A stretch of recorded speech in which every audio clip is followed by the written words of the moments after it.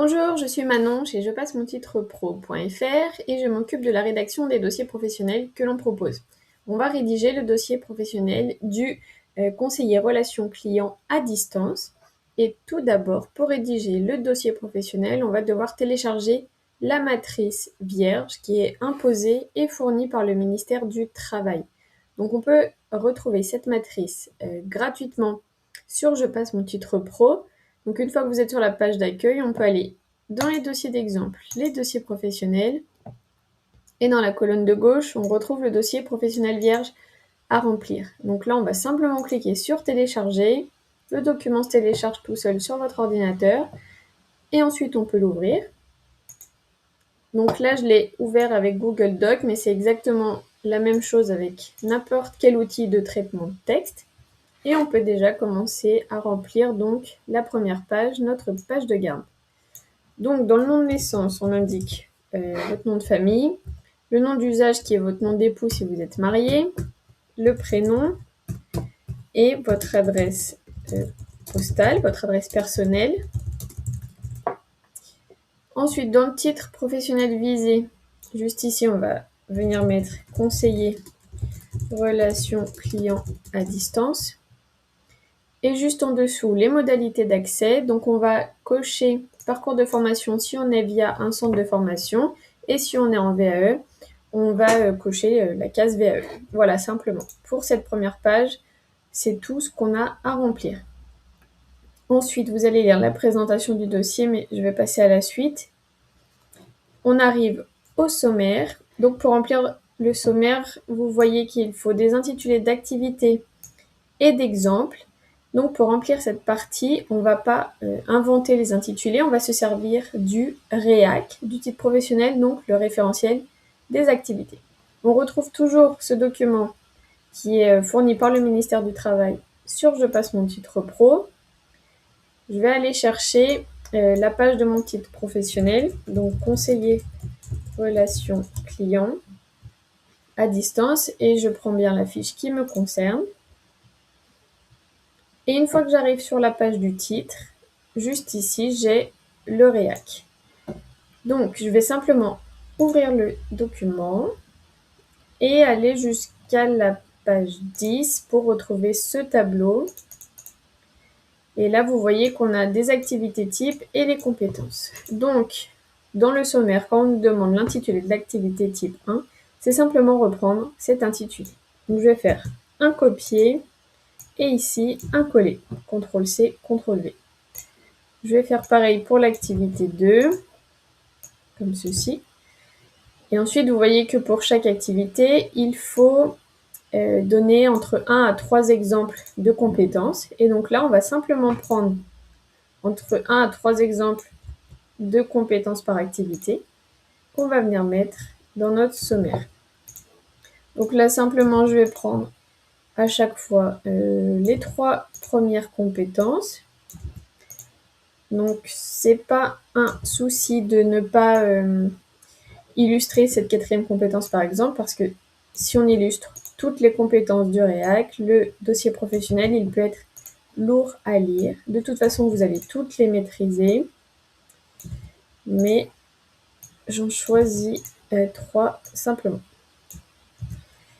Ensuite, comme on n'a pas d'activité 3 ni 4, on va pouvoir enlever ces lignes du DP. Donc ça va permettre d'aérer le sommaire et qu'il soit plus lisible simplement. Donc là, je vais simplement sélectionner les lignes. Je fais un clic droit, supprimer les lignes.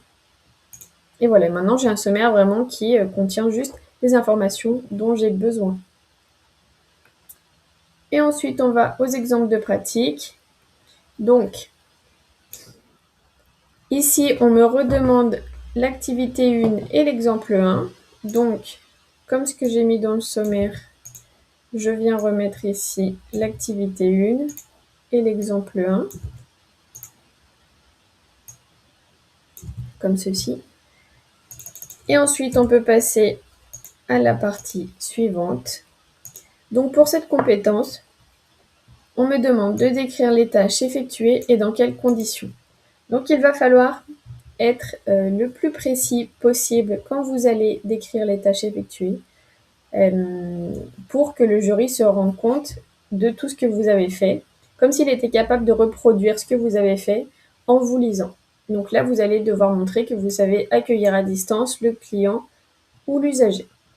Donc là, on va commencer par dire qu'en tant que conseiller relation client à distance, la prise en charge des usagers exige une maîtrise technique des outils de contact et une forte capacité d'adaptation humaine. Je pose un peu le contexte, comme ça. L'objectif est d'apporter une solution personnalisée et efficace, tout en garantissant la qualité du service, l'apaisement des situations de tension et la mise à jour rigoureuse des bases de données de l'entreprise. Donc je vais faire une première partie sur la préparation de l'environnement et prise en charge de l'appel. Ça me permet de structurer un peu mon récit. Donc dans cette partie, je vais expliquer installer face à mes deux écrans. Je positionne le micro de mon casque filaire Jabra avec le modèle pour garantir une clarté sonore optimale. J'ouvre mon navigateur et me connecte à notre plateforme de gestion des flux qui s'appelle Genesys Cloud CX.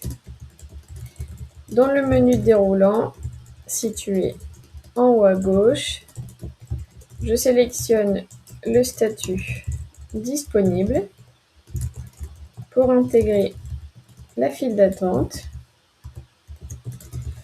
Dès qu'un signal sonore m'avertit d'un appel entrant, je redresse mon dos contre le siège pour m'assurer d'avoir une intonation vocale dynamique.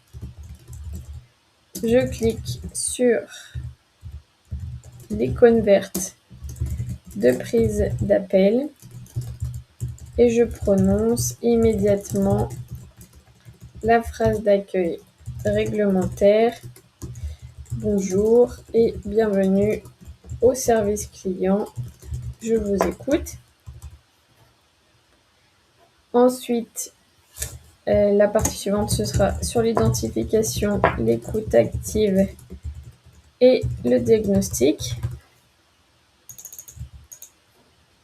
Ici donc, face à un interlocuteur masculin qui s'exprime avec une voix forte, saccadée et exprime une colère immédiate concernant sa facture, j'identifie le profil d'un client mécontent, stressé,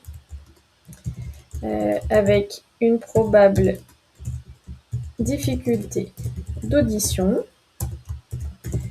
J'abaisse le volume de réception de mon casque pour mon propre confort et j'adopte instantanément un ton doux, calme et posé pour amorcer la désescalade.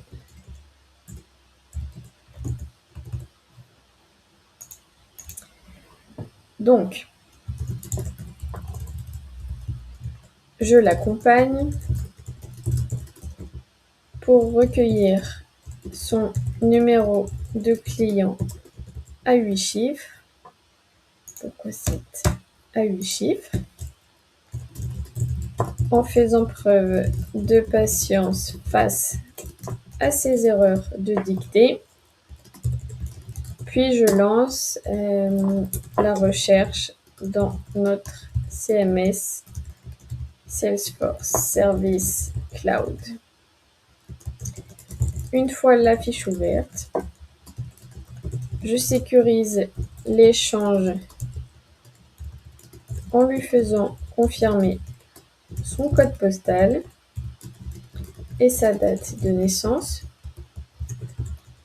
L'historique indique donc une ancienneté de 14 ans sur une offre couplée Internet et mobile, un levier que j'utilise pour valoriser la fidélité et désamorcer la situation.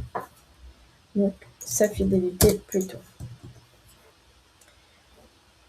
Ensuite, on va parler de la résolution commerciale et démarche d'inclusion.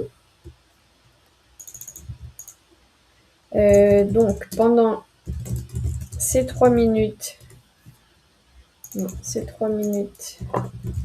d'explication concernant une hausse de 12 € sur son prélèvement, je pratique l'écoute active et prends des notes sur mon bloc-notes numérique sans jamais l'interrompre. Et je reformule ensuite sa demande pour lui prouver ma compréhension. Et ayant détecté une situation d'illettrisme couplée à une déficience visuelle liée à son âge,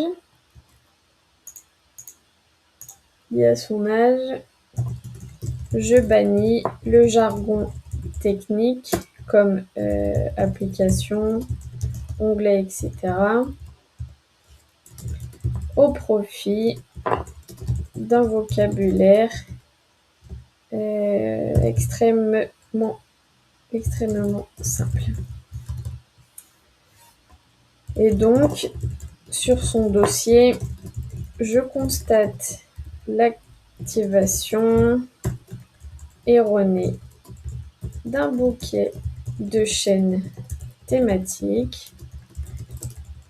Je prends l'initiative d'annuler cette option pour stopper la facturation et je valide un remboursement de 12 € sur sa prochaine échéance.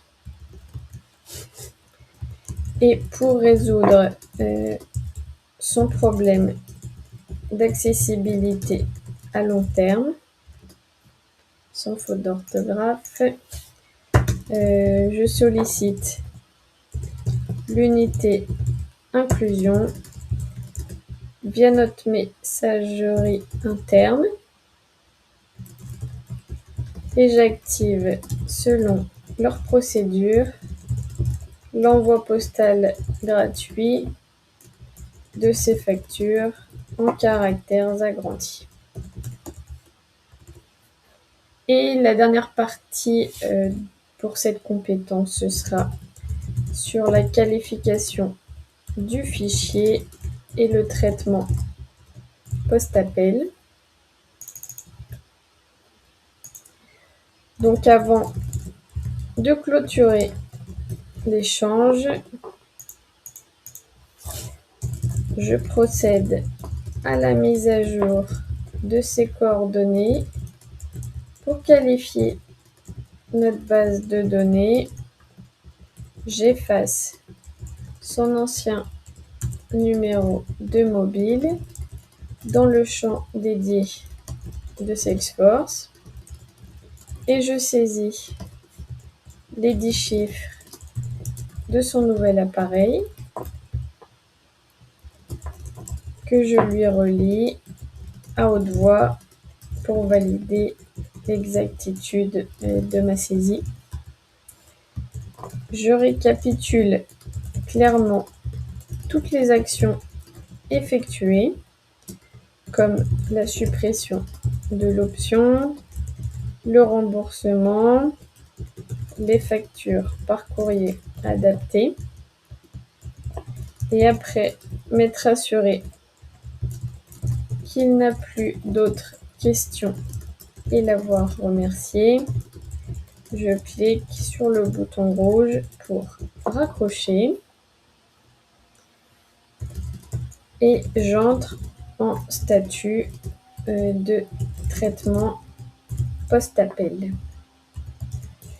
J'ai donc alors un maximum de 60 secondes pour sélectionner la typologie de l'appel et rédiger un résumé textuel concis dans le CRM avant que le système ne me replace automatiquement en disponibilité.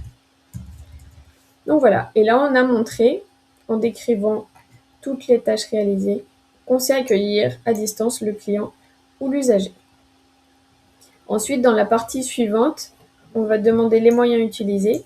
Donc là, il va simplement falloir décrire tous les outils que vous avez eus en main, comme les logiciels par exemple, dans le cadre des tâches qu'on vient de décrire. Donc on a utilisé Genesys Cloud CX pour la gestion des flux d'appels. On a utilisé Salesforce Service Cloud pour l'accès aux fichiers clients. Et on avait un casque Jabra BIS 2300, donc le matériel professionnel de communication. Donc voilà, simplement pour cette partie. Ensuite, on nous demande avec qui on a travaillé. Donc là, je vais expliquer que je collabore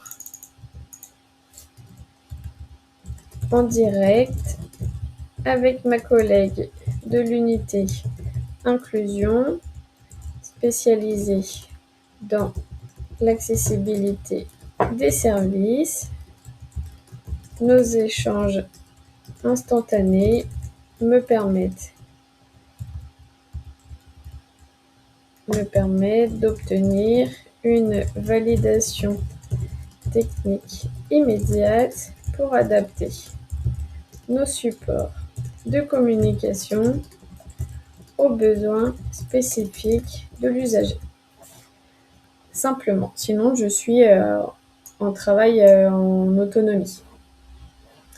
Ensuite, dans la partie 4, ici, vous allez indiquer le nom de l'entreprise, le service où vous étiez, là on est en relation client, et dans la période d'exercice, ici, vous indiquez les dates de votre période en entreprise. Donc, par exemple, je peux mettre 1er mai au 1er juillet, par exemple.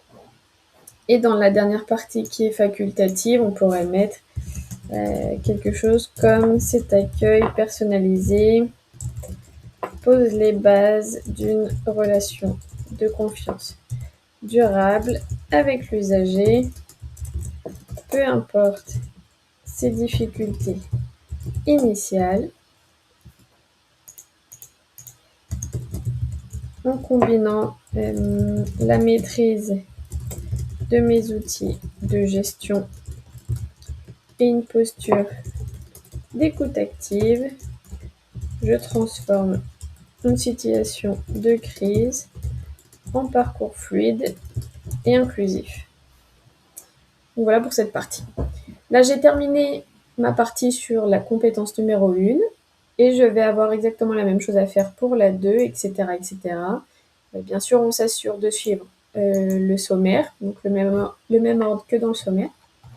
Une fois que vous aurez fait toutes les compétences de votre DP, vous allez arriver à la partie titre et diplôme. Donc on vous demande les diplômes que vous avez déjà, même s'ils n'ont aucun lien avec le titre professionnel visé. Ça pourrait être un baccalauréat, le lycée où vous l'avez obtenu et une date d'obtention. Et une fois qu'on a rempli toutes les lignes qu'on peut remplir, je vais simplement supprimer celles qu'on n'a pas utilisées, comme ceci.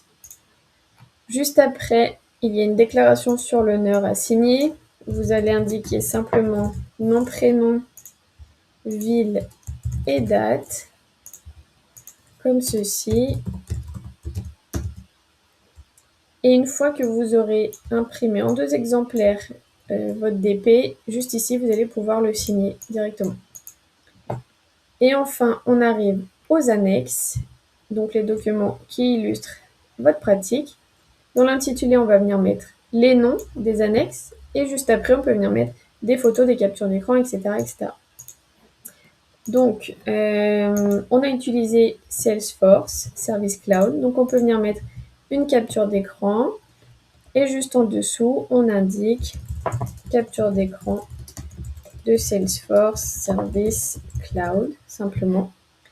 Et je vais reprendre cette petite légende que je viens mettre dans le tableau juste avant, en précisant que mon annexe 1, c'est la capture d'écran. Je prépare ma deuxième ligne avec l'annexe 2. Je vais pouvoir aller en page suivante pour mettre autre chose. Je peux mettre une photo du poste de travail avec le casque filaire posé sur la table et j'indique configuration de mon poste de travail et casque filaire Jabra. Donc, simplement. Et je vais reprendre l'intitulé que je viens remettre ici. Voilà, simplement. Et là, on a terminé la rédaction du dossier professionnel. Donc, vous allez mettre d'autres annexes, mais vous avez compris le principe. Et si vous voulez voir à quoi ressemble un dossier professionnel complet, entièrement rédigé, nous en avons à disposition sur la page du titre professionnel en fonction du millésime de votre titre, juste ici. Donc ces modèles doivent vous servir à titre d'exemple, mais comme ça vous savez à quoi vous attendre. Voilà, j'espère avoir pu vous aider. Je vous souhaite bon courage pour la rédaction. Je vous dis à bientôt. Merci.